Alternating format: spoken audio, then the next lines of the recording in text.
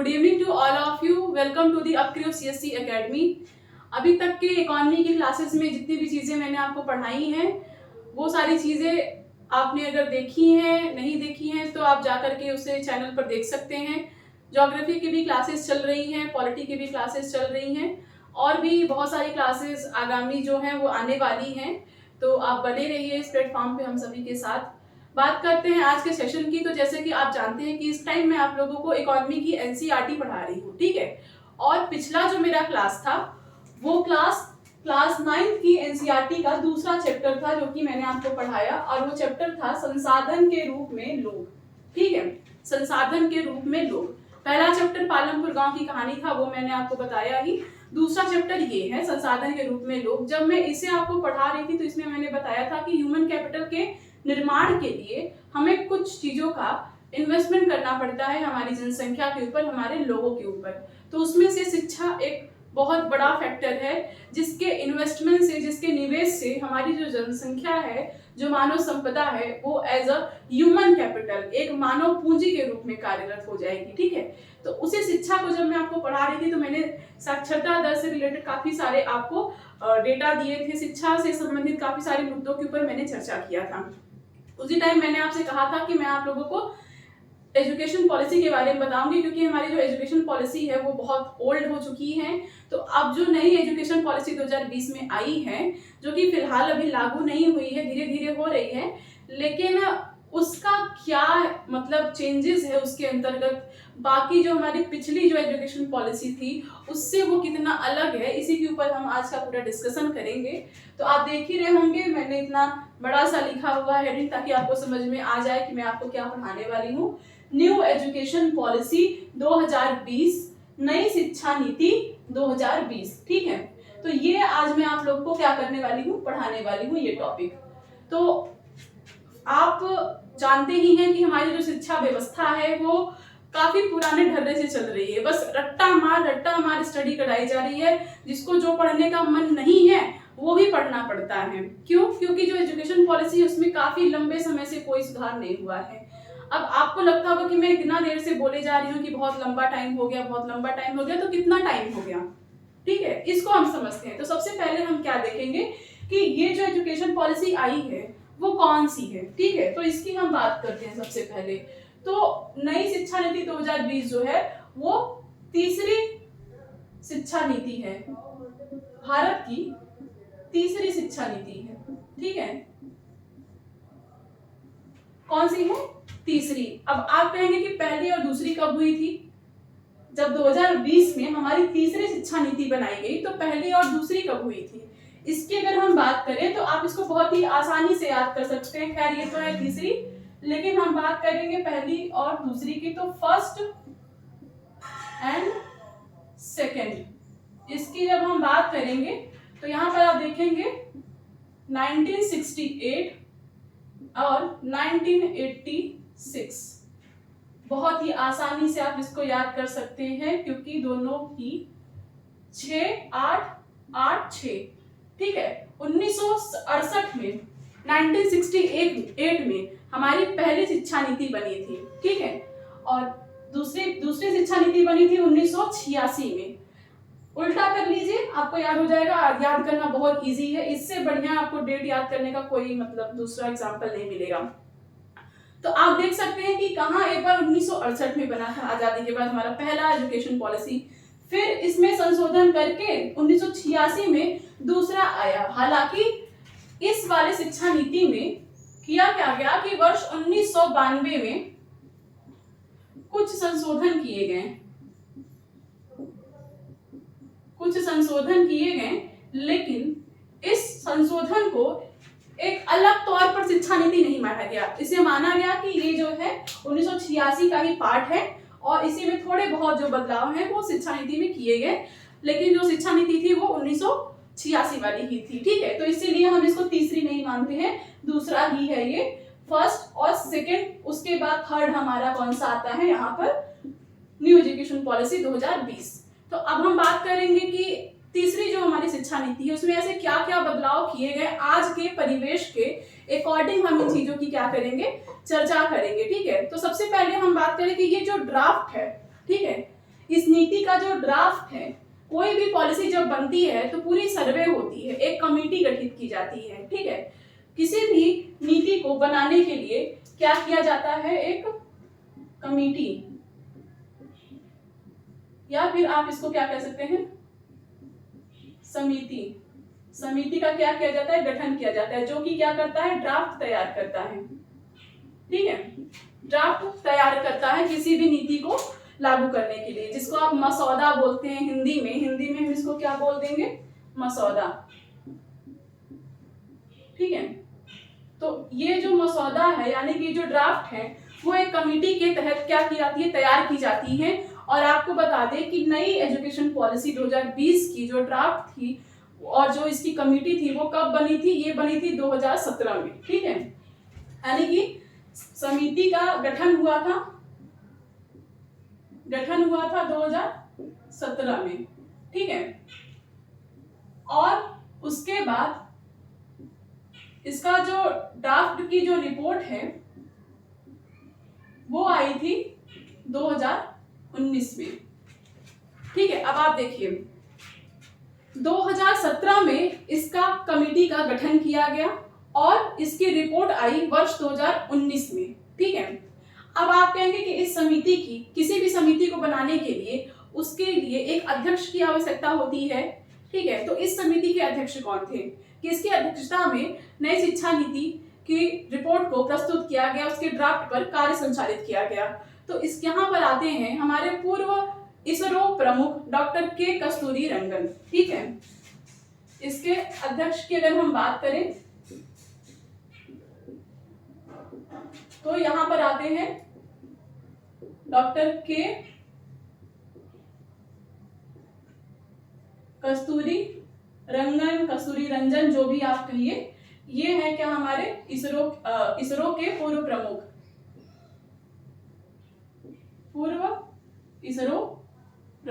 इसरो क्या होता है, Indian space and research organisation, Bharat का स्पेस ऑर्गेनाइजेशन, जो अंतरिक्ष संस्थान है वो है इसरो, ठीक है। तो उसके पूर्व प्रमुख रह चुके हैं डॉक्टर के कस्तूरी रंगन, जिनकी अध्यक्षता में वर्ष 2017 में एक कमेटी स्थापित की गई, जो कि जिसका काम था शिक्षा नीति में आप बदलाव कैसे किया जाए, किस हद तक किया जाए, किस प्रकार से किया जाए, इसके लिए पूरा एक ड्राफ्ट तैयार करिए, एक खाका तैयार करिए, लेकर आइए, रिपोर्ट अपनी दीजिए, ताकि उसके हिसाब से जो हमारी 1986 की जो पुरानी शिक्षा नीति है उसमें बदलाव किया जाए। तो इस समिति ने क्या किया, अपना बहुत अच्छे से कार्य किया वर्ष 2017 से लेकर के 2019 तक, और 2019 में अपनी रिपोर्ट क्या की, प्रस्तुत की। लगभग 2 साल का समय इसमें लगा। आप देख सकते हैं अब तक के इतिहास में किसी भी शिक्षा नीति को लेकर के अब तक के अपने इतिहास में ये सबसे बड़ी टाइम टेकिंग समिति रही है, जिसने बहुत ज्यादा टाइम लिया शिक्षा नीति की रिपोर्ट को पेश करने में। क्यों लिया, क्योंकि इस समिति ने अपना कार्य बहुत ही बृहद स्तर पे किया। गांव, पंचायत, देश के एक एक जिले में, एक एक गांव में जाकर सर्वे करके एक एक पंचायत से चीजों को अपने क्या किया, इसने जितनी भी जो भी कमियां रही हैं शिक्षा नीति की, एक एक गांव में जाकर के इसने सर्वे किया और वहां से अपनी रिपोर्ट को तैयार किया, ठीक है। यानी कि इसमें कहा जाता है कि भारत के पूरे गांव का, एक एक गांव का सर्वे करने के बाद इस शिक्षा नीति की रिपोर्ट को क्या किया गया, पेश किया गया। और उसके बाद वर्ष 2020 में इसको मंजूरी दी गई, ठीक है। तो गवर्नमेंट ने क्या किया, जब ये रिपोर्ट आया तो ये रिपोर्ट इतना बृहद स्तर पर, इतना सटीक था कि वर्ष 2020 में इसको सरकार ने क्या किया, मंजूरी दे दिया कि ये शिक्षा नीति क्या होगा, यही शिक्षा नीति लागू होगा। ओके, सरकार ने कहा कि बस जो आपने तैयार करके लाया है ये इतना बढ़िया, इतना सटीक है कि बस अब इसी को लागू करेंगे, ठीक है। तो डॉक्टर के कस्तूरी रंगन की अध्यक्षता में वर्ष 2017 में गठित नई शिक्षा नीति की जो समिति थी, उसने वर्ष 2019 में अपनी रिपोर्ट को प्रस्तुत किया, जिसको सरकार ने 2020 में मंजूरी प्रदान कर दी और ये कहा कि वर्ष 2022-23 तक हम इसे लागू कर देंगे, ठीक है। सरकार ने ये कहा। आप जानते हैं पूरे देश में कोई चीज लागू करना इतना आसान नहीं होता कि आज लेके आए और बांट दिए, खिचड़ी थोड़ी है।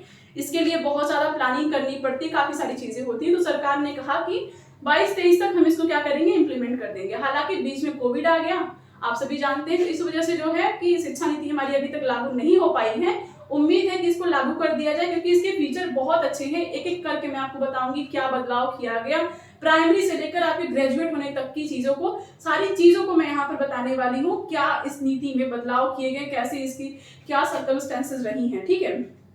अब चूंकि मैंने बताया कि गांव से लेकर के पूरे पंचायत, पूरे जिले, हर एक जगह पर सर्वे करने के बाद ही इस रिपोर्ट को क्या किया गया, तैयार किया गया, ठीक है।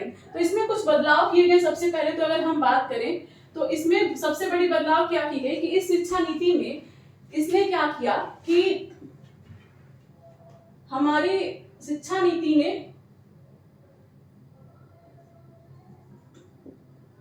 एजुकेशन मिनिस्ट्री का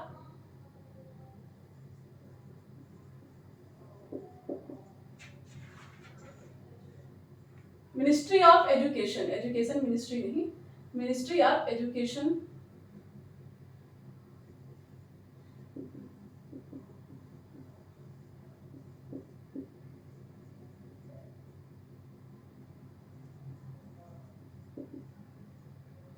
मिनिस्ट्री ऑफ एजुकेशन नाम रख दिया किसका, MHRD का,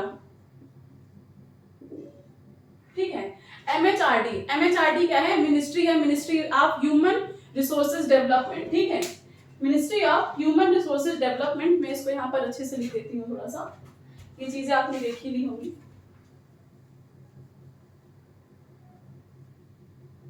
ministry of human resources and development,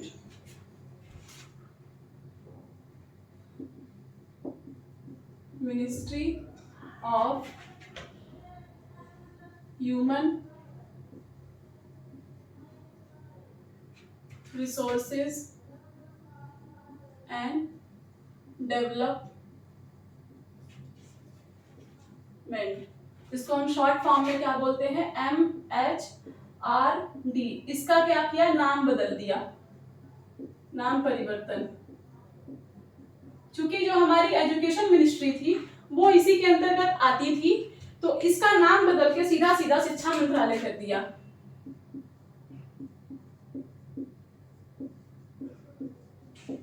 शिक्षा मंत्रालय कर दिया, ठीक है। यानी कि ministry of education, education ministry या फिर शिक्षा मंत्रालय, जो भी आप कहिए, ये बदल के रख दिया किसका, MHRD, ministry of human resources and development का, ठीक है। तो अभी तक आपने कुछ चीजों को देखा कि हमारी तीसरी शिक्षा नीति है, पहली 1968 में, दूसरी 1986 में, और गठन हुआ इसके लिए समिति का 2017 में, रिपोर्ट आई 2019 में, मंजूरी दी गई 2020 में, लागू करने का टाइम 2022-23 बताया गया, क्योंकि अभी उम्मीद है कि अब इसको लागू कर देना चाहिए। बाकी इसमें परिवर्तन, एक परिवर्तन जो रहा इसमें ministry of human resources and development का नाम बदल करके एजुकेशन मिनिस्ट्री या शिक्षा मंत्रालय कर दिया गया। तो ये सारी चीजें यहाँ तक ही हैं।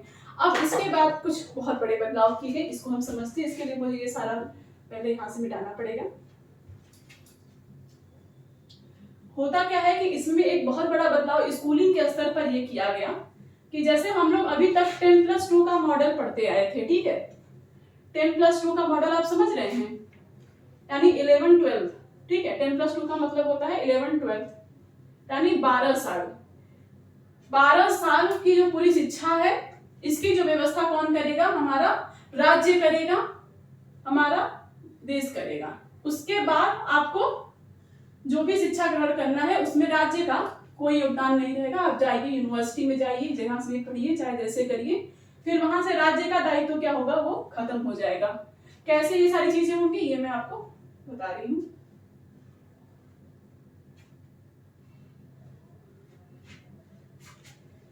ठीक है, सबसे पहले इसमें क्या किया गया, चेंजेस की अगर हम बात करें इसके अंतर्गत, तो सबसे पहला जो चेंजेस है,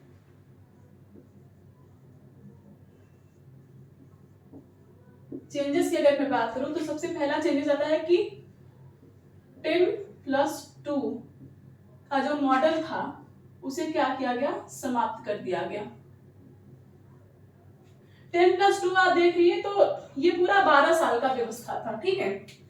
यानी कि कक्षा 1 से लेकर के 12 तक, क्लास 1 से क्लास 12, यानी कि आपका 12 साल। इसके लिए आपकी जो स्कूलिंग है इसमें किसका योगदान रहेगा, किसका इसमें इंटरफेरेंस रहेगा? राज्य सरकार का। ठीक है, राज्य सरकार या अन्य किसी भी बोर्ड का, अन्य केंद्रीय बोर्ड। जैसे कि आप देखते होंगे कि जब भी आप 1 से लेकर के 12 तक पढ़ते हैं तो कोई आपसे पूछता है कि आप कौन से बोर्ड से पढ़ते हैं। कोई यूपी बोर्ड से पढ़ता है, कोई राजस्थान बोर्ड से पढ़ता है, कोई महाराष्ट्र, कोई बंगाल, कोई सीबीएसई से पढ़ता है, कोई किसी से पढ़ता है। तो ये जो है ये यही दिखाता है, अगर आप यूपी बोर्ड के स्टूडेंट हैं तो मतलब आपके ऊपर राज्य सरकार, यूपी सरकार का कंट्रोल है। सीबीएसई के हैं तो सीबीएसई का है, ये सारी चीजें। तो इस प्रकार से क्या है कि 12 साल की आपकी जो स्कूलिंग है, 12 वर्षों की जो स्कूलिंग है, उसको कौन निर्धारित करता है? राज्य सरकार निर्धारित करता है कि उसी के हिसाब से उसी की चीजों को आपको क्या करना है, लेकर के चलना है। ठीक है, जो भी रिजल्ट आपको मिलते हैं वो आपके बोर्ड के अकॉर्डिंग ही आपको उसमें लिखा रहता है कि आपका यूपी बोर्ड का रिजल्ट है कि सीबीएसई बोर्ड का रिजल्ट है। 12 साल की स्कूलिंग की जिम्मेदारी राज्य सरकार की या फिर किसी भी केंद्रीय बोर्ड की होती है। तो ये जो था सिस्टम 10+2 का, इसको क्या कर दिया गया? खत्म कर दिया गया। अभी आप क्या करते थे? लगभग 6 वर्ष की उम्र, 6 वर्ष की अवस्था में क्लास 1 में अपना नाम लिखवाते थे। ठीक है, 6 वर्ष की उम्र में आप कक्षा 1 में पढ़ने जाते थे, क्लास 1 में, और 12 साल और यहाँ पर जोड़ दीजिए तो हो जाएगा 18 साल। 18 साल की उम्र में आप कौन से में? 12th की क्लास में रहते थे। यानी कि आपकी 6 साल से लेकर के 18 साल तक का जो पूरा अवधि था, अवस्था थी आपकी, वो स्कूल में बीतती थी, जो कि राज्य सरकार के अंतर्गत या किसी अन्य बोर्ड के अंतर्गत आपका व्यवस्था संचालित होता था। ठीक है, तो इसको खत्म करते हुए अब जो नया शिक्षा नीति आया है वहां पर 10+2 के स्थान पर क्या लाया गया है? 5+3+3+4 की नीति लाई गई है। अगर आप इसको देखते हैं तो 5, 3, 8, 3, 11, 4, 15 साल, यानी आपकी जो स्कूलिंग थी उसे 12 साल से 15 साल पर शिफ्ट कर दिया गया। अब आप कहेंगे कि 15 साल का मतलब क्या है, यहाँ पर कितना साल हम लोग पढ़ेंगे, कितने साल से स्कूलिंग करेंगे? तो कोई लोड लेने की जरूरत नहीं। एक चीज मैं बताऊंगी कि हर एक साल को किस तरीके से इसने डिवाइड किया है गवर्नमेंट ने, इस समिति ने अपने रिपोर्ट में। तो आपकी जो स्कूलिंग है वो आज भी आपकी उम्र के हिसाब से 18 साल की ही रहेगी। अब आप कहेंगे कि कैसे? तो इस टाइप से डिजाइन हुई है कि इसमें क्या किया गया है कि अब आप पढ़ेंगे 3 साल की ही उम्र से, 3 साल से लेकर के 18 साल तक। अब आपकी जो जिम्मेदारी है वो किसी भी स्टेट बोर्ड या फिर सेंट्रल बोर्ड के ऊपर रहेगी। जहां आप 6 साल का होने पर जाते थे पढ़ने, अब आप 3 साल की उम्र से ही पढ़ेंगे और कितने? 18 साल यानी 12 पास करने तक पढ़ेंगे। ठीक है, अब इसको किस प्रकार से डिजाइन किया गया है इसके ऊपर हम चर्चा कर लेते हैं। तो यहाँ तक की चीजें आपने देख ही ली होंगी। ठीक है, तो इसको हम 4 पार्ट में बांटेंगे, क्योंकि ये 5+3+3+4, आप कहेंगे कि ये मतलब अलग अलग क्यों, मैंने एक साथ 15 क्यों नहीं कहा? तो ये जो 5+3+3+4 का मॉडल है ना, यही अपने आप में एक बहुत बड़ा चेंज है इस शिक्षा व्यवस्था में। इसको हम आपको बताते हैं। 10+2 का तो आप सभी जानते हैं कि हाई स्कूल पास करने के बाद आपको 2 साल का इंटर का पढ़ाई करना रहता था, जो कि 11 और 12 का रहता था 10+2। ठीक है, उसको हम लोग बोलते थे। लेकिन अब ये क्या है? 5+3+3+4, ये क्या सिस्टम है, क्या है, किस प्रकार से है, इसको हम देखते हैं। ठीक है, तो यहाँ पर आप लिख लेते हैं हम 5+3+3+4। ठीक है, ये हमने देखा। अब हम इसको क्या करेंगे, एक 4 खाने बना लेते हैं आपको समझने के लिए इजी रहेगा। तो सबसे पहले 5 ईयर, यहां पर 3 ईयर, यहां पर भी 3 ईयर, और यहां पर 4 ईयर।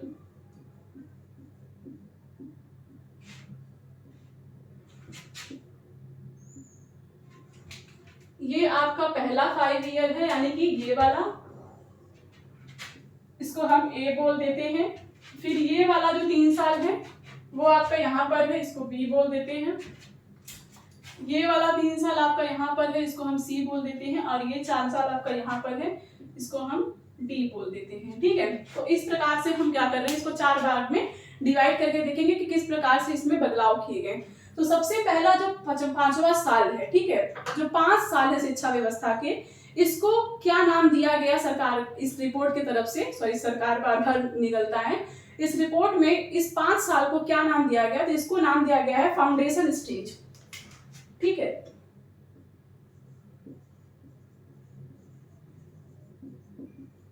फाउंडेशन स्टेज, ठीक है, फाउंडेशन स्टेज इसमें नाम दिया गया है। और इसमें व्यवस्था किया गया है कि इस सेक्शन में, यानी कि शुरुआती जो 5 साल है, इसमें सबसे पहले 3 साल के जब आप रहेंगे तो आपका नाम लिखाया जाएगा।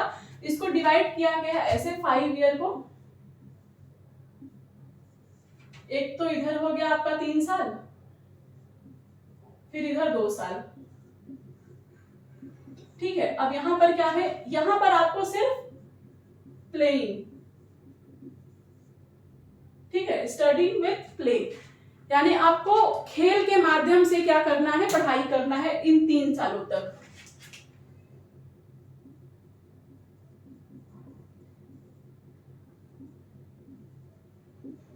ठीक है, स्कूल में आप खेलिए और सीखिए। ये व्यवस्था जैसे आज के डेट में आप प्ले स्कूल का देखते हैं ना, कितना चलन हो गया है, इतनी हैवी फीस लेते हैं लोग प्ले स्कूल में अपने बच्चों को डालने की, इतने ज्यादा पैसे देते हैं। तो अब ये व्यवस्था आपके स्कूल में ही आएगी, और वो माध्यम कोई भी हो, चाहे यूपी का हो, चाहे सीबीएसई हो, कोई सा भी बोर्ड हो, हर जगह पर ये है कि अब आपका जो बच्चा है वो 3 साल से ही स्कूल जाएगा, और 3 साल की उम्र से लेकर के 6 साल तक की उम्र तक, यानी कि पूरे 3 साल वो एक प्ले स्कूल में जैसे बच्चा खेलने जाता है, खेल के माध्यम से सीखता है, उस तरीके से स्कूल में शिक्षा दी जाएगी। और बाकी का जो दूसरा साल है, फिर वो प्रवेश करेगा किसमें, क्लास 1 और 2 में, class first and class second, ठीक है। तो ये व्यवस्था है कि शुरुआती 5 साल में 3 साल बच्चा प्ले स्कूल की तरह स्कूल में खेलेगा, सीखेगा, और उसके बाद कक्षा 1 में उसका एडमिशन होगा, फिर 2 में एडमिशन होगा। और ये दोनों जो डिवाइड जो ये दोनों जो दोनों ये जो व्यवस्था है, ये फाउंडेशन स्टेज कहलाता है, ठीक है। यानी कि सबसे पहले 5 साल में 3 साल जो है वो प्ले स्कूल में खेलेगा, बाकी 2 साल क्लास 1 और क्लास 2 में पढ़ेगा, और यहाँ तक कोई भी एग्जाम कंडक्ट नहीं होगा। सबसे बड़ी बात तो यही है, ठीक है। No exam will be conducted in these 5 years। 3 साल के प्ले स्कूल में कोई एग्जाम नहीं लिया जाएगा बच्चों से। क्लास 1 और 2 में भी जब ये जाएंगे तो कोई एग्जाम इनसे नहीं लिया जाएगा, ठीक है। तो आप कहेंगे कि फिर मतलब क्या है, मतलब ये है कि सबसे बड़ी बात होती है स्टार्टिंग के फेज में बच्चों को स्कूल से जोड़ना। आप देखेंगे कि हम लोग जब छोटे थे तो स्कूल जाने के लिए इतने पीटे गए हैं, हम लोग उठा के जबरदस्ती पहुंचाए जाते थे, क्योंकि मुझे अच्छा नहीं लगता था, बहुत किसी को नहीं अच्छा लगता था स्टार्टिंग में स्कूल में बैठने में। क्यों? क्योंकि डर था कि मैम मारेंगे, सर मारेंगे, और होमवर्क देंगे, एग्जाम होगा, पेपर होगा, ये ऐसी बहुत सारी बर्डन जो थी वो सारी हमारे ऊपर थी, जिस वजह से हमारा स्कूल जाने में कोई दिलचस्पी नहीं रहता था, एकदम जाना ही नहीं चाहते थे, ठीक है। ये सारी चीजें थी। लेकिन इसी चीज को कंसीडर करते हुए इस 5 साल में क्या किया गया कि बच्चों को स्कूल से जोड़ा जाएगा, कि पहले आप 3 साल आइए, खेलिए कूदिए। अब जो बच्चे बाहर खेलते थे, अगर उन्हें स्कूल में खेलने को मिले, सोचिए कितनी बड़ी बात है, हमारे टाइम में तो था ही नहीं कि स्कूल में भी हमें खेलने दिया जाए। अब उन्हें स्कूल में खेलने को मिलेगा तो बच्चे जाहिर सी बात है जाएंगे, ज्यादा से ज्यादा टाइम स्कूल में बिताना चाहेंगे, और वो एग्जाम भी नहीं देंगे, और बिना एग्जाम दिए वो कक्षा 2 तक क्लास 2 अपना पास कर जाएंगे। आप सोचिए कि देखते देखते खेलते खेलते बच्चे क्लास 2 तक, कक्षा 2 तक पढ़ के पास होके निकल जाएंगे, उन्हें पता भी नहीं चलेगा कि वो कब स्कूल गए, कब उनका पूरा हो गया क्लास 2 तक का पढ़ाई, कोई एग्जाम कंडक्ट नहीं होगा। और इस बीच 5 साल में बच्चे क्या हो जाएंगे, स्कूल से बंध जाएंगे, स्कूल से जुड़ जाएंगे, ठीक है। तो अब उनको स्कूल जाने में, चूंकि 3 साल से लेकर के 6 साल की उम्र तक तो वो प्ले स्कूल में खेले, फिर 6 साल और 7वें साल की उम्र तक बच्चे अपना क्लास 1 और 2 की पढ़ाई को किए, तो 7 साल की उम्र तक बच्चे इतने थोड़ा सा डेवलप हो जाते हैं कि अब उनको कुछ चीजें समझ में आने लगती हैं, और यहाँ तक बच्चों का विकास भी अच्छा खासा हो चुका होगा, क्योंकि उनके पास कोई बर्डन नहीं रहेगा, वो ज्यादा सीखने की कोशिश करेंगे, उन्हें ये डर नहीं रहेगा कि हम फेल हो जाएंगे, तो वो पढ़ने की कोशिश करेंगे, खेल के माध्यम से ही, ठीक है। तो इसमें बच्चों को सिर्फ सिखाया जाएगा, उनको लर्न कराया जाएगा और स्कूल से जोड़ने के लिए पूरा प्रयास किया जाएगा। और टीचरों को भी इसी प्रकार से मतलब अपॉइंट किया जाएगा कि टीचर्स भी ऐसे हों जो बच्चों को खेल खेल में अच्छी अच्छी चीजें समझा सके, सिखा सके। तो ये तो रहा शुरुआती 5 साल का, ठीक है। अब दूसरा जो 3 साल है, बी पे आते हैं हम। दूसरा 3 साल यहाँ पर है, इसको क्या किया गया, इसे इस जो स्टेज है इसको नाम दिया गया प्रिपरेटरी स्टेज, ठीक है। इस स्टेज को नाम दिया गया प्रिपरेटरी स्टेज, यानी कि अब यहां से बच्चों को आगे की पढ़ाई के लिए प्रिपेयर करने का शुरुआत किया जाएगा। यहां तक तो खेल कूद लिए ना, बहुत ज्यादा खेल लिए, कूद लिए, कोई एग्जाम नहीं दिए, मौज से सीखे, मौज से पढ़े, ये सब चीजें हुआ। अब यहाँ पर उनको आगे की कक्षाओं के लिए प्रिपेयर करने का यहाँ पर काम किया जाएगा कि अब भाई तुम लोग थोड़ा सा पढ़ो, थोड़ा सा दिमाग भी लगाओ, थोड़ा सा बर्डन लेना सीखो अब शिक्षा को लेकर के। अब इनको यहाँ पर प्रिपेयर किया जाएगा और यहीं से क्या होगा, एग्जाम होने स्टार्ट हो जाएंगे, ठीक है। एग्जाम होने स्टार्ट हो जाएंगे, ठीक है। एग्जाम होने यहाँ से क्या हो जाएंगे, स्टार्ट हो जाएंगे। और इसमें बच्चे कितने से कितने तक पढ़ेंगे, यहाँ पर बच्चे पढ़ेंगे इन 3 सालों में class 5th to class 3rd to class 5th, class 3 and class 5, यानी कक्षा 3 से लेकर के कक्षा 5 तक की जो पढ़ाई रहेगी वो इस प्रिपरेटरी स्टेज में होगी। यानी क्लास 5 तक जाते जाते बच्चों को इतना प्रिपेयर कर दिया जाएगा कि वो आगे की जो उनकी हायर स्टडीज रहेंगी उनके लिए उनको कैसे तैयार होना है, यहाँ पे उनको प्रिपेयर किया जाएगा। शुरुआती एग्जाम लेने स्टार्ट कर दिए जाएंगे कि अब आप थोड़ा सा एग्जाम का भी बर्डन उठाइए, पेपर दीजिए, पास होइए, ये सारी चीजें रहेंगी। अब चूंकि बच्चे यहाँ तक स्कूल से बन चुके हैं, अब यहाँ पर कुछ थोड़ी थोड़ी करके चीजें आएंगी। अब देखिए बहुत ज्यादा लोड नहीं दिया गया, सिर्फ 3 सालों के लिए, क्लास 3, 4th एंड 5th, तो यहीं तक उनको लोड लेना है और यहाँ से उनको हल्के हल्के एग्जाम देने शुरू कर देने हैं ताकि वो यहाँ पर प्रिपेयर कर लें अपने माइंड को पूरी तरीके से। और एक चीज, सबसे बड़ी चीज यहाँ पर की गई, लैंग्वेज की अगर हम बात करें तो यहाँ पर लैंग्वेज को लेकर के एक विशेष प्रावधान किया गया है कि यहाँ पर अगर आप चाहें तो अपने बच्चे को ऐसी जगह पर भी पढ़ा सकते हैं जहां पर रीजनल लैंग्वेज या फिर कोई भी नेशनल लैंग्वेज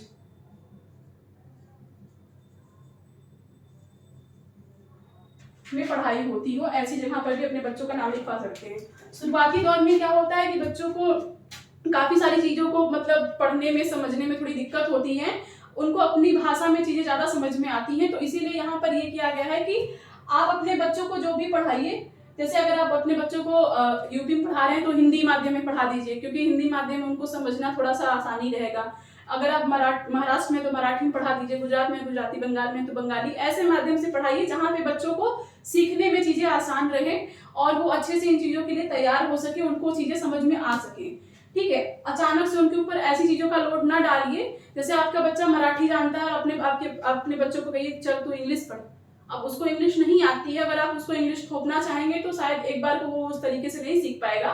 तो एक प्रिपरेटरी एज में आप क्या कर सकते हैं, बच्चों को थोड़ा सा सिखाने के लिए, उनको जोड़ने के लिए, उनको उनके मदर टंग यानी कि उनका जो रीजनल लैंग्वेज है उसमें उनको पढ़ा सकते हैं, या फिर कोई भी एक नेशनल लैंग्वेज जैसे हिंदी हो गया, कुछ भी आप इंग्लिश में भी पढ़ाइए, कंपलसरी नहीं है, ठीक है। इस चीज का ऑप्शन तो दिया गया है लेकिन कंपलसरी नहीं है। हालांकि ये सारी चीजें आज भी हैं लेकिन बहुत जगह नहीं है, तो आज भी आप क्या कर सकते हैं, इंग्लिश में पढ़ाइए, कोई दिक्कत नहीं। इंग्लिश मीडियम में आपको पढ़ाना है अपने बच्चों को तो आराम से पढ़ाइए, ये कोई कंपलसरी नहीं किया गया है, ये नॉट कंपलसरी,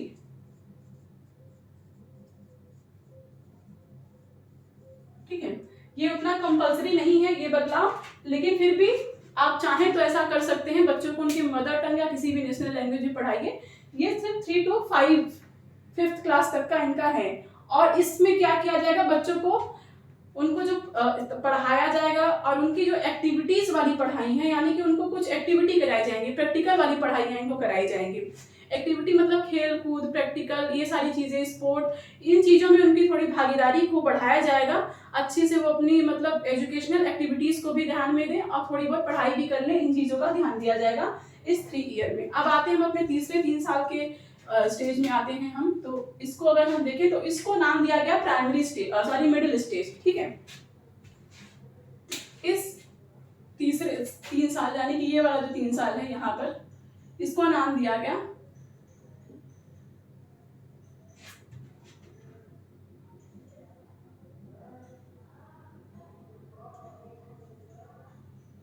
मिडिल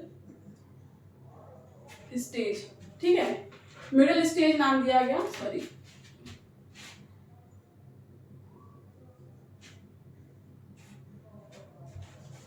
ओके।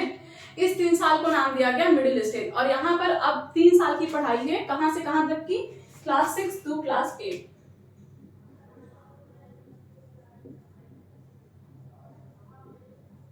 यहाँ तक की इनकी अब पढ़ाई होगी, कक्षा 6 से लेकर कक्षा 8 तक की पढ़ाई होगी, ठीक है। अब इसमें क्या बदलाव किया गया, कुछ नई नई चीजें इसमें जोड़ी गई हैं, जिसमें अब यहाँ पर बच्चों को सबसे पहले तो कंप्यूटर कोडिंग सिखाई जाएगी, ठीक है। कंप्यूटर कोडिंग डिकोडिंग, ठीक है। उसके बाद इन्हें कुछ प्रशिक्षण दिए जाएंगे। जैसे कि मान लीजिए किसी का मन है कि उसे कारपेंटर का काम सीखना है, बढ़ई का काम सीखना है, उसे लकड़ी की सामान बनाने में रुचि है, किसी को सिलाई में रुचि है, किसी को खाना बनाने में रुचि है यानी कुकिंग में, किसी को किसी चीज में रुचि है, मतलब जिन भी चीजों में जिसकी इंटरेस्ट हो, जिन भी चीजों में इनकी रुचि हो, अगर अन्य आपकी जिस भी चीजों में रुचि है, अगर आपको वो करना है तो आपको उन चीजों को लेकर के क्या दिया जाएगा, प्रशिक्षण दिया जाएगा। कब, आपके मिडिल स्टेज में। मिडिल स्टेज यानी क्लास 6 टू 8 तक लेकर के, ठीक है। यानी कि ओकेशनल पढ़ाई होगी आपकी, टेक्नोलॉजी बेस्ड आपका जो कोर्स रहेगा, ओकेशनल कोर्स रहेगा, टेक्निकल कोर्स रहेगा, जिसमें आपको कुछ प्रशिक्षण दिए जाएंगे, कुछ ट्रेनिंग दी जाएगी कुछ चीजों की, जिस चीज में आपको क्या हो, इंटरेस्ट रहेगा, ठीक है। और बाकी हम देखें तो यहाँ पर एक सबसे बड़ी बात की गई है कि यहाँ पर आप अपनी पढ़ाई को जिस भी माध्यम से करें वो आपके ऊपर है, लेकिन यहाँ पर आप कोई भी एक इंडियन लैंग्वेज सीख सकते हैं, ठीक है। यू कैन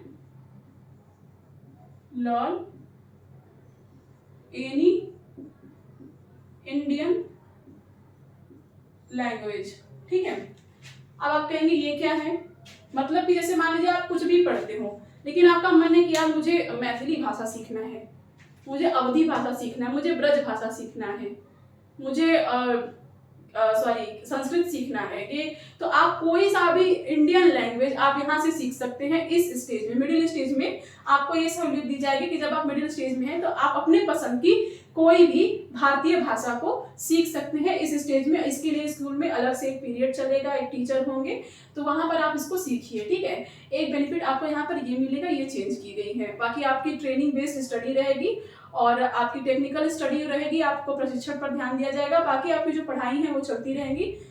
इसी में आपको कंप्यूटर कोडिंग डिकोडिंग सिखाया जाएगा। हालांकि इसका स्तर बहुत ज्यादा नहीं रहेगा क्योंकि कक्षा 6 और 8 के बच्चे उतना ज्यादा विकसित नहीं होते दिमाग से, तो फिर भी उनके हिसाब की चीजें कंप्यूटर की उनको नॉलेज उनको दी जाएगी ताकि आगे जब वो जाए तो उसको और बेहतर ढंग से उसको कवर अप कर सके, ठीक है। ये तो रहा यहाँ तक का। फिर चौथा स्टेज आता है सेकेंडरी स्टेज। ये जो चौथा साल है इसका नाम है सेकेंडरी स्टेज, और ये कहां से कहां तक का है, ये है आपका क्लास 9 टू 12। अब सबसे बड़ी चेंजेस इस चीज में की गई हैं। यहाँ तक की चीजें आपको थोड़ी बहुत बदलाव दिख रहे होंगे, थोड़ी बहुत वैसे ही दिख रही होंगी, लेकिन यहाँ पर बहुत बड़ी चेंज की गई है। बोर्ड को हटा दिया गया, यानी कि स्ट्रीम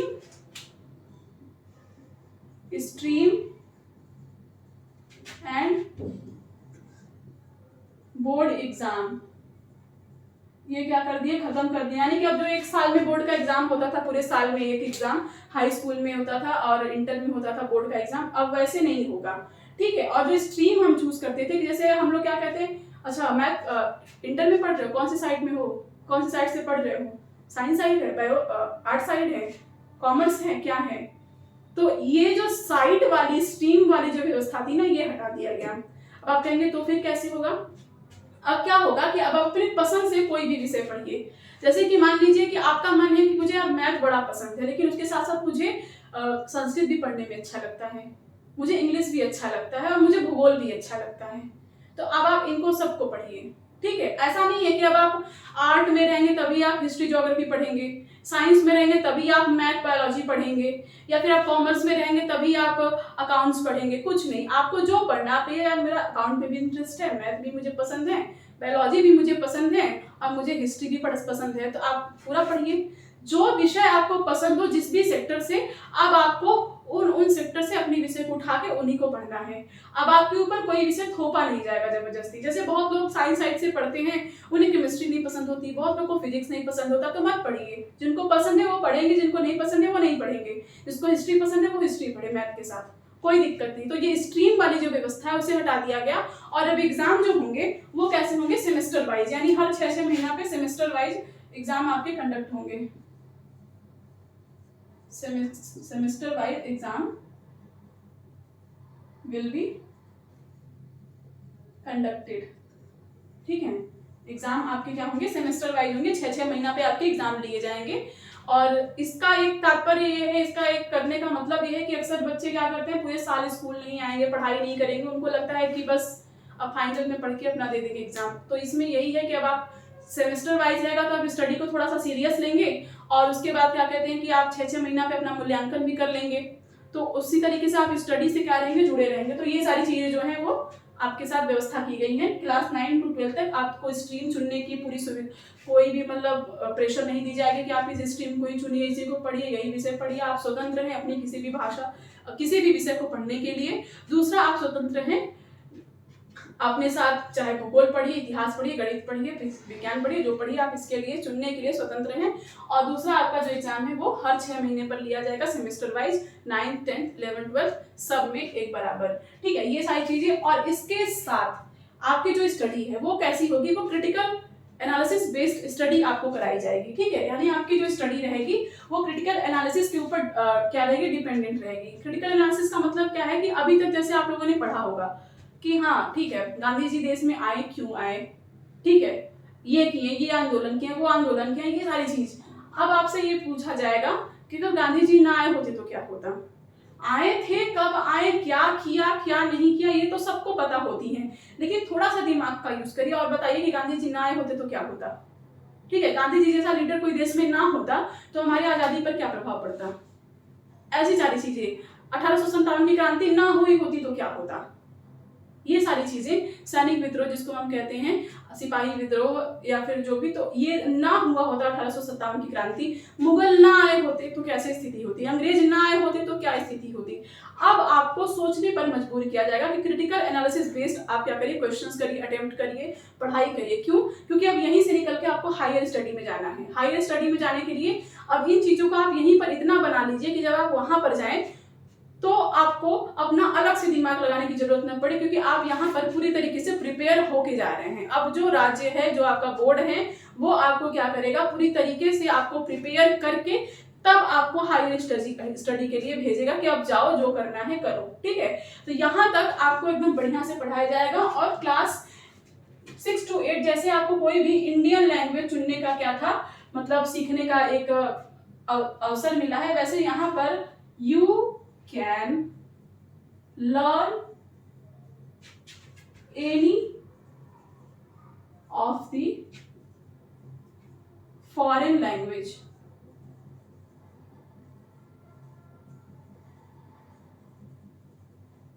ठीक है, यानी कि यहाँ पर आपको क्लास 9 to 12 आपको ये सुविधा दी जा रही है एक, कि आप इस दौरान कोई भी एक विदेशी भाषा सीख सकते हैं। जैसे आपका मन है कि मुझे यार फ्रेंच सीखना है, मुझे ब्रिटिश इंग्लिश सीखनी है, या फिर मुझे स्पेनिश सीखना है, मुझे इटालियन सॉरी, मतलब जो भी लैंग्वेज आपको पूरी दुनिया की जितनी भी लैंग्वेजेस का ऑप्शन दिया रहेगा आपके पास, उसमें से आप कोई भी एक विदेशी भाषा को सीख सकते हैं। हालांकि उस टाइम, जिस टाइम ये आया था, उस टाइम थोड़ा चाइना से जो कॉन्फ्लिक्ट था उसकी वजह से चाइनीज की जो लैंग्वेज होती है चीन वालों की, उसको यहाँ पर बैन किया गया था कि इसमें चाइना की लैंग्वेज नहीं सिखाई जाएगी।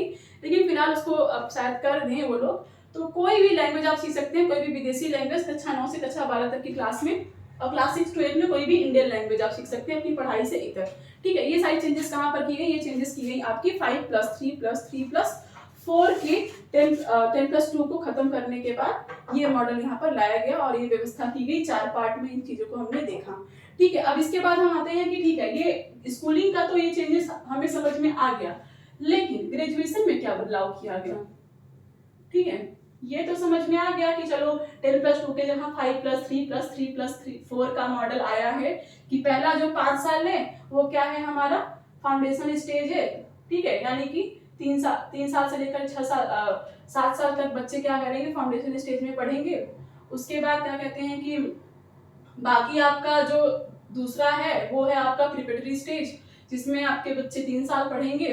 फिर आपका आता है मिडिल स्टेज, जिसमें आपके बच्चे 3 साल पढ़ेंगे, जो कि क्लास 6 to 8 हैं। बाकी उसके बाद आता है आपका चौथा सेकेंडरी स्टेज, जिसमें आपके बच्चे कितने साल पढ़ेंगे, 4 साल पढ़ेंगे, और यहाँ तक वो बिल्कुल क्या हो जाएंगे, तैयार हो जाएंगे आपकी हायर स्टडीज के लिए। अभी तक हम लोग जो पढ़ते आते थे घिसे पिटे, स्कूल से निकल गए, पता ही नहीं चला क्या पढ़ के निकले।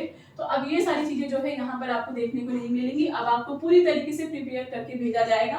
प्रशिक्षण आपको क्लास 6 से ही देना शुरू कर देंगे ये लोग, ताकि आप क्या करें, अपने पसंद के हिसाब से कोई भी चीजें सीख सके, कोई स्किल डेवलप कर सके अपने अंदर। सिर्फ पढ़ाई ही नहीं, पढ़ाई के साथ साथ आप कोई भी अदर स्किल, जैसे आपको पेंटिंग पसंद है, आप पेंटिंग करना है यहाँ पर सीख सकते हैं। आपको जो भी कारपेंटरी पसंद है, कारपेंटरी का काम करिए। पेंटिंग पसंद है, पेंटिंग का आप सीखिए। सिलाई, कढ़ाई, बुनाई, जो भी चीजें हैं, इन चीजों का आपको क्या दिया जाएगा, प्रशिक्षण, मेल फीमेल सबको। ऐसा नहीं, अभी तक तो आपने देखा होगा होम साइंस पढ़ने वाली लड़कियों को थोड़ा बहुत सिखाया जाता था, तो अब ऐसा नहीं है, कंपलसरी नहीं कि होम साइंस जो पढ़ेगी वही लड़की कुकिंग और सिलाई कढ़ाई सीखेगी। अब कोई भी लड़का, कोई भी लड़की किसी भी स्ट्रीम से हो, क्लास 6 और 8 से लेकर 8 तक ही अपनी कोई भी प्रशिक्षण को क्या कर सकता है, ले सकता है। ठीक है, ये सारी चीजें होगी। तो आते हैं हम लोग देखने की ग्रेजुएशन में क्या चेंजेस की गई थी। Changes in graduation,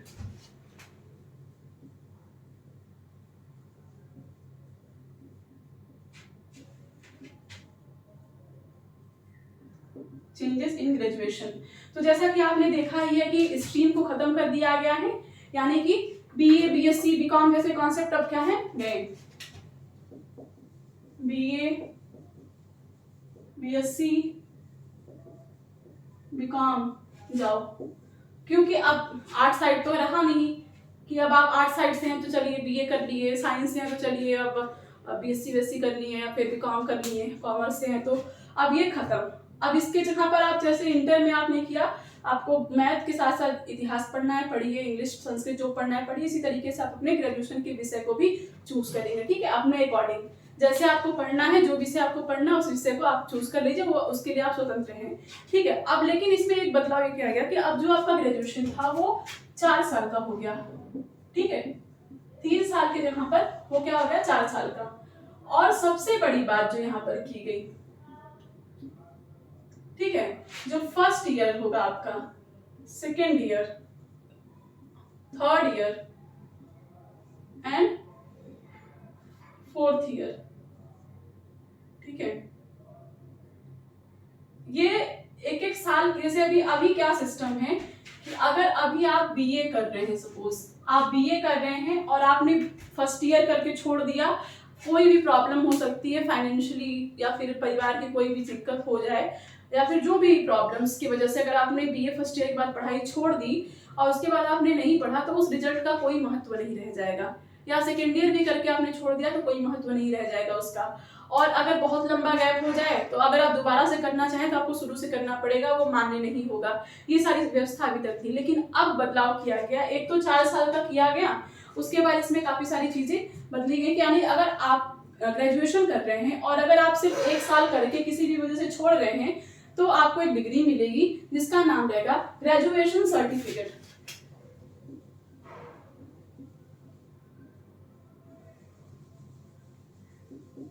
graduation certificate, ठीक है, ग्रेजुएशन सर्टिफिकेट आपको क्या किया जाएगा, यहाँ पर प्रदान किया जाएगा। उसके बाद आप जब दूसरे साल, मान लीजिए आपने पहला साल पढ़ा, 2 साल पढ़ लिया, 2 साल का ग्रेजुएशन कर लिया, उसके बाद आप छोड़ रहे हैं, तो आपको एक सर्टिफिकेट मिलेगा जिसका नाम रहेगा ग्रेजुएशन डिप्लोमा। ग्रेजुएशन डिप्लोमा यहाँ पर जो आपको मिलेगा, जब आप 3 साल की स्टडी को मान लीजिए कंप्लीट कर लेते हैं, और उसके बाद चौथा नहीं करते हैं तो आपको मिलेगा ग्रेजुएशन डिग्री।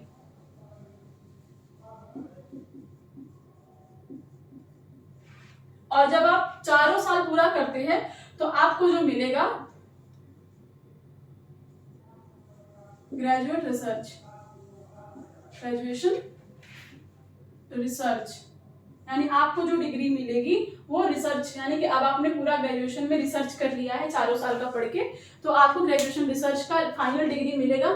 3 साल का करके छोड़ते हैं तो ग्रेजुएशन डिग्री मिलेगी, 2 साल का करके छोड़ते हैं तो डिप्लोमा मिलेगा, 1 साल का करके छोड़ते हैं तो सर्टिफिकेट मिलेगा।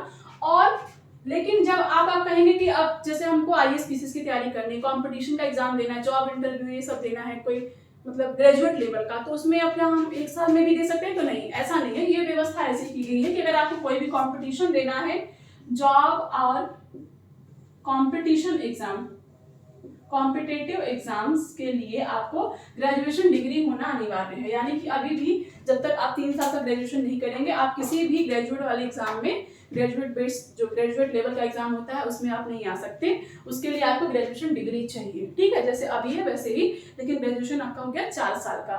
अब एक व्यवस्था जो इसमें बदलाव किया गया ये कि अब क्या होगा कि अगर मान लीजिए 1 साल का करके आपने छोड़ दिया और आपको ग्रेजुएशन सर्टिफिकेट मिल गया, अब आपको कई साल हो गए, आपने बीच में पढ़ाई छोड़ दी, अब आपके पास लगता है कि अब मैं फ्री हूँ, अब मैं कर सकता हूँ आगे की पढ़ाई, तो अब अगर आप BA करने जाएंगे तो आप स्टार्ट करेंगे ग्रेजुएशन डिप्लोमा से, सेकेंड ईयर से। यानी कि आपका ये डिग्री क्या होगा, ऑल टाइम के लिए मान्य होगा। अगर आपकी ये है कितना ही समय क्यों ना बीत जाए, चाहे 10 साल ही क्यों ना बीत जाए। तो अब आप क्या करेंगे, ग्रेजुएशन डिप्लोमा से स्टार्ट करेंगे। आपने डिप्लोमा की डिग्री ली है तो आप डिग्री से स्टार्ट करेंगे, और अगर आपने रिसर्च कर लिया है तो भाई कोई बात ही नहीं है। तो अब आपके कोई भी जो ईयर है वो वेस्ट नहीं होंगे, आपकी पूरी पढ़ाई आपके काम आएगी ग्रेजुएशन की, ठीक है।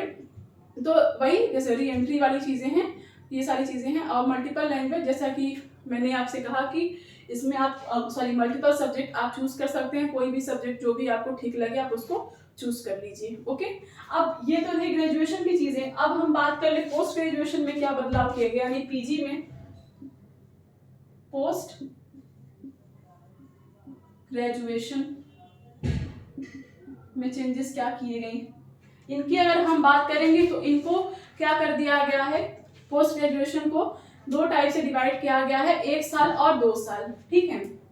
पहले पोस्ट ग्रेजुएशन एक तो होगा 1 साल का और एक होगा 2 साल का, ठीक है। मतलब कि अगर आपने मान लीजिए कि BA किया है, BA में सिर्फ डिग्री ली है यानी 3 साल किया है, और इसके बाद आप ये ना करके डायरेक्ट अगर आप PG करना चाहें तो आप कितने साल का करेंगे, PG 2 साल का। लेकिन अगर आप पूरा BA यानी रिसर्च किए हैं, रिसर्च की डिग्री आपके पास है, तब जब आप PG करेंगे तो आप करेंगे 1 साल का। यानी ग्रेजुएशन में आपका 2 ही साल लगेगा, कोई बहुत ज्यादा टाइम आपका नहीं जा रहा है। यहाँ 4 साल करिए तो यहाँ आप 1 ही साल करेंगे, और यहाँ अगर 3 ही साल करेंगे तो यहाँ पर आपको 2 साल करना पड़ेगा। ये सिस्टम किया गया पोस्ट ग्रेजुएशन में। और उसके बाद एमफिल जो होता था, एमफिल को हटा दिया गया है, इसमें से एमफिल को हटा दिया गया है, और PhD आपका 4 साल का है, ठीक है। PhD आपका 4 साल का कर दिया गया है, और कोई खास बदलाव नहीं किया गया है, बाकी एमफिल को हटा दिया गया है। और पोस्ट ग्रेजुएशन में वही है कि अगर आप 3 साल की ग्रेजुएशन करते हैं तो आपको 2 साल का PG करना पड़ेगा, और 4 साल का पूरा रिसर्च करते हैं तो आपको 1 ही साल का PG करना पड़ेगा। ये रहा। अब हम कुछ अदर चीजों की बात कर लेते हैं। ये सारी चीजें आप समझ गए होंगे, ये देख लीजिए, चारों साल आपका क्या होगा, वेस्ट नहीं जाएगा, ठीक है। अब कुछ अदर चेंजेस की बात कर लेते हैं, अदर फैक्ट को देख लेते हैं हम। यहाँ तक की चीजों में काफी बड़ा बदलाव किया गया है। हालांकि देखिए कैसे कैसे क्या है इसमें, इसके अंदर क्या क्या चीजें हैं, ये सभी चीजें अभी आउट नहीं हुई हैं। बस नीति का एक ढांचा दे दिया गया है हम सभी को, कि बस इसी को आप लोगों को बता दीजिए कि इस तरीके से बदलाव होगा। बाकी अभी क्या होगा, कैसे होगा, इन सब चीजों के बारे में नहीं बताया गया है, ठीक है। देखिए सबसे बड़ी बात होती है ना शिक्षा बजट। हमारे यहाँ की जिस हिसाब से जनसंख्या है, इस हिसाब से हमारी जो GDP की जो एक पार्ट होता है शिक्षा बजट के रूप में, उसको बढ़ाने की आवश्यकता रहती है। क्योंकि अगर शिक्षा पे अगर हम जितना इन्वेस्ट करेंगे उतनी ही बढ़िया हमारी ह्यूमन कैपिटल का क्या होगा, निर्माण होगा, ठीक है। तो अदर फैक्ट्स की हम बात करते हैं कुछ।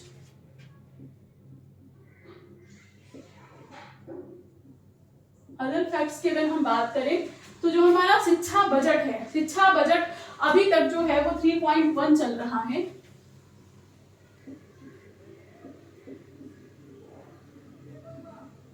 शिक्षा बजट को इसमें बताया जा रहा है कि इसको 6% ऑफ दी जीडीपी करने का इसमें कहा गया है। समझ रहे हैं आप, यानी कि लगभग डबल कर देना। यानी आज जो चल रहा है 3.1, ठीक है, 3.1% ऑफ द जीडीपी का शिक्षा बजट इस टाइम हमारा चल रहा है 2021 के डेटा के अकॉर्डिंग। तो लेकिन इस नीति में क्या कहा गया है कि अब जो ये नीति अगर लागू होती है तो हमारी जो शिक्षा बजट है, एजुकेशन बजट है, वो जस्ट डबल हो जाएगी, 6% ऑफ द जीडीपी हो जाएगी। तो आप सोच सकते हैं कि आज आप देखिए अपने आसपास शिक्षा का जो भी चीजें हैं और आप कंपेयर करें कि जस्ट इसका डबल इन्वेस्टमेंट हो जाए स्कूल कॉलेजेस पे, तो क्या मतलब परिदृश्य रहेगा, उसका क्या नजारा रहेगा। एकदम से चेंजेस, एकदम डबल चेंजेस आ जाएंगे उसमें। तो इसके लिए इसमें कहा गया कि जब नई एजुकेशन पॉलिसी हम लाएंगे, इतनी सारी अलग अलग व्यवस्था कर रहे हैं, तो बजट को भी बढ़ाना पड़ेगा, दुगना बढ़ाना पड़ेगा। तो इसलिए शिक्षा बजट को इसमें 6% ऑफ द जीडीपी बताया गया है। हालांकि अगर 5% भी हो जाए तो भी बड़ी बात है। फिर इसमें एक चीज किया गया है कि जो स्कूल का, जो प्राइवेट स्कूलों में जो फीस का सिस्टम होता था, ठीक है, प्राइवेट स्कूल में फीस का जो सिस्टम होता था वो क्या कर दिया जाएगा, अब कुछ मामलों में फिक्स कर दिया जाएगा। ठीक है, school fee for private school fix by there infrastructure. ठीक है, यानी प्राइवेट स्कूल के फीस को निर्धारित किया जाएगा। यानी अभी तक जो ये इतना लूटते हैं प्राइवेट वाले, ये इस पे थोड़ा लगाम लगेगा।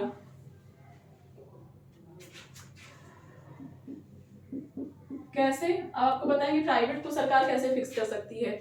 तो जिस स्कूल का जैसी कैटेगरी होगी, सरकार इस नीति में कहा गया है कि जो प्राइवेट स्कूल के भी कैटेगरी होते हैं, एक जो होते हैं बहुत हायर लेवल के होते हैं, थोड़े लो लेवल के होते हैं, तो उनकी कैटेगरी के अकॉर्डिंग गवर्नमेंट क्या करेगी, एक अमाउंट फिक्स कर देगी कि आप पर स्टूडेंट इतना ही फीस ले सकते हैं।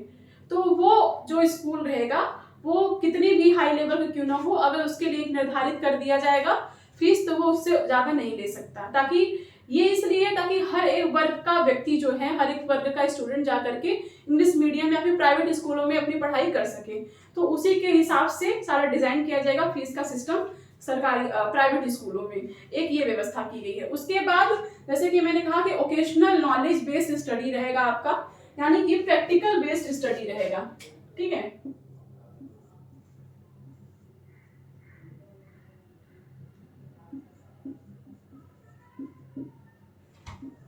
ओकेशनल नॉलेज बेस्ड स्टडी, यानी कि प्रैक्टिकल बेस्ड।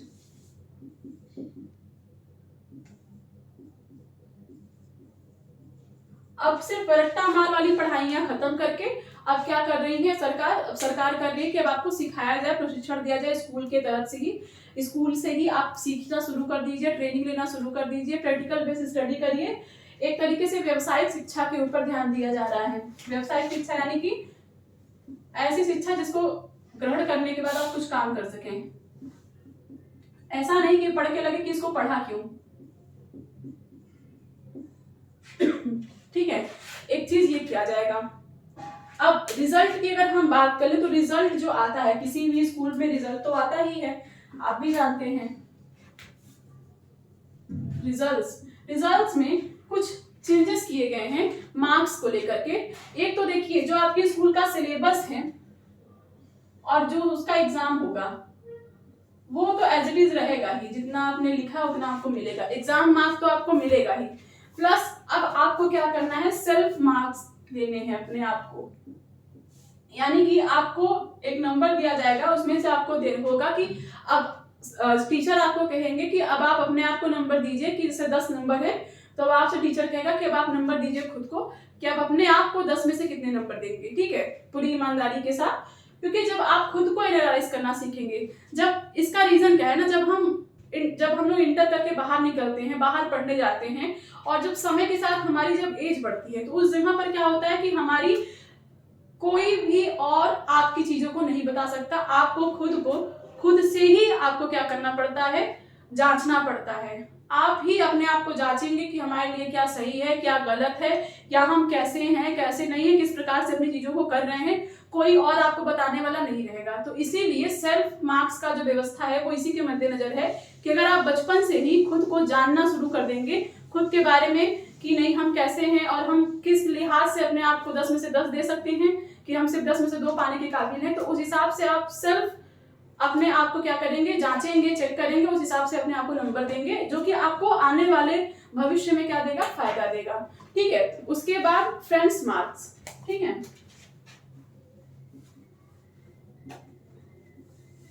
अब कहेंगे फ्रेंड्स मार्क्स यानी कि आपके जो क्लास के जो आपके क्लासमेट्स हैं, जैसे आप क्लास 5th में पढ़ते हैं, 6th में, 12th में, जिसमें भी पढ़ते हो, तो आपके जो साथ में पढ़ने वाले जो आपके दोस्त, जो आपके साथ के जो रहते हैं फ्रेंड्स वगैरह, वो आपको नंबर देंगे, यानी आपके क्लासमेट्स आपको नंबर देंगे। आप समझ सकते हैं कि जब आपके क्लासमेट आपको नंबर देंगे तो वो इसी आधार पर देंगे कि उनके साथ आपका व्यवहार कैसा है। तो इसका भी यही मतलब है कि आप क्या कर सके, अपने आप को अच्छा बनाने की कोशिश करें ज्यादा से ज्यादा, ताकि आपकी जो व्यवहार हो आपके क्लासमेट्स के साथ वो इतनी अच्छी हो कि वो लोग आपसे मतलब हमेशा कह रहे खुश रहें कि हाँ भाई ये लड़का तो बड़ा बढ़िया है, इसको अगर नंबर देना होगा तो नंबर अच्छा खासा देंगे। लेकिन अगर आप उनको मारते पीटते परेशान करते रहेंगे तो आपको वो नंबर कम देंगे। ठीक है। तो इससे क्या होगा कि इसका एक मतलब आवश्यकता क्यों हुई ऐसा करने की, कि अभी जो स्कूलों में हालात चलते हैं कि बच्चे एक दूसरे में ही मारपीट करते हैं, एक दूसरे को ही चढ़ाते हैं, ये सब करते हैं, तो ये चीजें खत्म हो, जो क्लासमेट से एक दूसरे की रिस्पेक्ट करे, इज्जत करे, एक दूसरे के साथ साचर्यता से रहे, अच्छे से पढ़े, ताकि दोनों में समन्वयता बनी रहे और फिर दोनों एक दूसरे को आगे बढ़ाने के लिए क्या करें, प्रेरित करें, और एक ऐसा माहौल बना रहे कि हर किसी के मन में ये रहे कि भाई अगर मैं अच्छे से नहीं रहूंगा तो मुझे कम नंबर मिलेगा, ऐसी सारी चीजें। तो ये चीज हो गया। और उसके बाद टीचर मार्क्स, यानी कि अब आपको टीचर भी नंबर देंगे। टीचर्स के साथ आपका जैसा व्यवहार रहेगा, टीचर्स भी आपको अलग से नंबर देंगे। तो अब आप क्या करेंगे, जैसे बहुत से बच्चे क्या है कि टीचर्स के साथ भी क्या करते हैं, बदतमीजी कर ले जाते हैं। तो ऐसे में क्या होगा कि अब आपको, अगर आप टीचर के साथ बदतमीजी करते हैं तो टीचर आपको नंबर नहीं देगा। ठीक है। ये सारी चीजें हैं। तो ये कुछ अदर पॉइंट्स रहे हैं, बाकी कुछ चीजों के ऊपर और हम बात कर लेते हैं। तो सरकार ने और कहा कि इस एजुकेशन पॉलिसी में कहा गया है कि अब जो विदेशी यूनिवर्सिटीज हैं वो भी भारत में अपनी ब्रांचेस खोल सकती हैं। ठीक है। फॉरेन यूनिवर्सिटीज भारत में अपनी ब्रांचेस खोल सकती हैं, लेकिन कौन, सिर्फ ऐसी जो विश्व में टॉप 50 में आती हो, यानी कि विश्व की टॉप 50 में जो यूनिवर्सिटीज आती हैं, सिर्फ वही भारत में अपनी ब्रांचेस खोल सकती हैं। ऐसे नहीं कि कोई भी उठ के चला है, पाकिस्तान का इस्लामाबाद यूनिवर्सिटी चला है, ऐसा नहीं है। जो टॉप 50 में है वही अपनी ब्रांचेस को खोलेंगे इंडिया में। ठीक है। तो उनको क्या दिया गया, परमिशन दे दिया गया है इंडिया की तरफ से इस नीति के तहत कि अब आप अपने ब्रांचेस को खोलिए। इससे क्या होगा कि जो वहाँ की यूनिवर्सिटीज हैं टॉप 50, मतलब उनका अच्छा खासा रैंकिंग है, अच्छी खासी स्टडी की उनकी व्यवस्था है, जब वो हमारे यहाँ पढ़ाएंगे तो जो हमारे यहाँ के विश्वविद्यालय जो अभी अपनी मनमानी कर रहे हैं, तो उनके साथ क्या होगा, कॉम्पिटिशन होगा अपनी गुणवत्ता को बढ़ाने के लिए। उनको वो सोचेंगे कि अगर हम अपनी गुणवत्ता नहीं बढ़ाएंगे तो विदेशी जो विश्वविद्यालय वो हमारे एडमिशंस को लेके चले जाएंगे। तो इससे क्या होगा, एक हेल्दी कंपटीशन बिल्ड होगा और दोनों में प्रतिस्पर्धा होगी शिक्षा को लेकर के। ठीक है। और उसके बाद डिपार्टमेंट बनाए गए हैं, 4 डिपार्टमेंट। ठीक है। अब क्या किया जाएगा कि यूनिवर्सिटीज में या फिर कहीं पे भी 4 डिपार्टमेंट बनाने की बात की गई है। एक डिपार्टमेंट वो होगा जो कि सिलेबस को निर्धारित करेगा कि किस प्रकार से आपकी पूरी स्टडी को लेकर के चलना है, किस प्रकार से बनाना है, पूरा एक रोड मैप तैयार करेगा आपकी स्टडी, आपकी सिलेबस का, एक क्लास का। ठीक है। दूसरा रहेगा जो रेगुलेटरी चेकिंग करेगा, यानी कि टीचर रेगुलर हैं कि नहीं, बच्चे हैं कि नहीं, सारी व्यवस्थाएं ठीक से चल रही है कि नहीं स्कूल में, एक डिपार्टमेंट इसका रहेगा। तीसरा डिपार्टमेंट रहेगा सैलरी स्कॉलरशिप का, यानी कि टीचरों को, शिक्षकों को वेतन देना, बच्चों को स्कॉलरशिप देना, इन सब टाइप की क्या रहेंगी, एक डिपार्टमेंट रहेंगे जो ये सारी चीजों को देखेगा। और चौथा रहेगा रिजल्ट इशू, यानी कि रिजल्ट को लेकर जो इशू होते हैं, जैसे कि कोई पैसे देके अपने नंबर बढ़वा रहा है, कोई कुछ करके नंबर बढ़वा रहा है, तो एक डिपार्टमेंट इस पे काम करेगा कि रिजल्ट को लेकर के वो सारी चीजें देखे कि रिजल्ट में कोई घपला ना हो, अच्छे से रिजल्ट बच्चों के सामने आए। तो इस प्रकार से 4 डिपार्टमेंट क्या है काम करेंगे। पहला सिलेबस मेकिंग और पूरी पढ़ाई की व्यवस्था को निर्धारित करने के लिए, दूसरा जो रहेगा वो रेगुलेटरी चेक करने के लिए कि सारी चीजें व्यवस्था अपने सही से काम कर रही है कि नहीं, टीचर और विद्यार्थी अपने टाइम पर रेगुलर हैं कि नहीं, और तीसरा आपकी स्कॉलरशिप और टीचरों की सैलरी के ऊपर काम करेगा, और चौथा रिजल्ट इश्यूज पे काम करेगा। ठीक है। टीचर्स की भी 4 साल की ट्रेनिंग की इसमें बात की गई है। टीचर की ट्रेनिंग कितने साल की ट्रेनिंग? 4 साल की ट्रेनिंग। यहाँ पर है कि अब जब इतनी व्यवस्था की जा रही है बच्चों के लिए, तो फिर टीचरों के ऊपर भी तो दायित्व होना चाहिए, उनके ऊपर भी दायित्व कि उनको पढ़ाना है। ठीक है, तो इस प्रकार से टीचर को भी 4 साल की ट्रेनिंग लेकर के स्कूल में भेजा जाएगा। योग्य टीचरों को ही भेजा जाएगा ताकि वो बच्चों को योग्यता से आगे बढ़ा सके। तो खैर ये हमारी पूरी शिक्षा नीति रही है जिसमें सारे बदलाव हुए हैं 2020। तीसरी शिक्षा नीति है ये। पहली आई थी 1968 में और दूसरी आई थी 1986 में। अब 2020 में हमारी तीसरी आई है जो कि अभी तक लागू हुआ नहीं है। तो इस प्रकार से पूरी शिक्षा नीति को हमने यहाँ पर जाना है। आगे हम एनसीईआरटी के अदर चैप्टर के ऊपर हम बात करेंगे। खैर ये चीजें बीच में आ गई तो मैंने कहा इसको यहीं पर हम बता देते हैं। इस क्लास में फिलहाल इतना ही। Thank you so much for watching.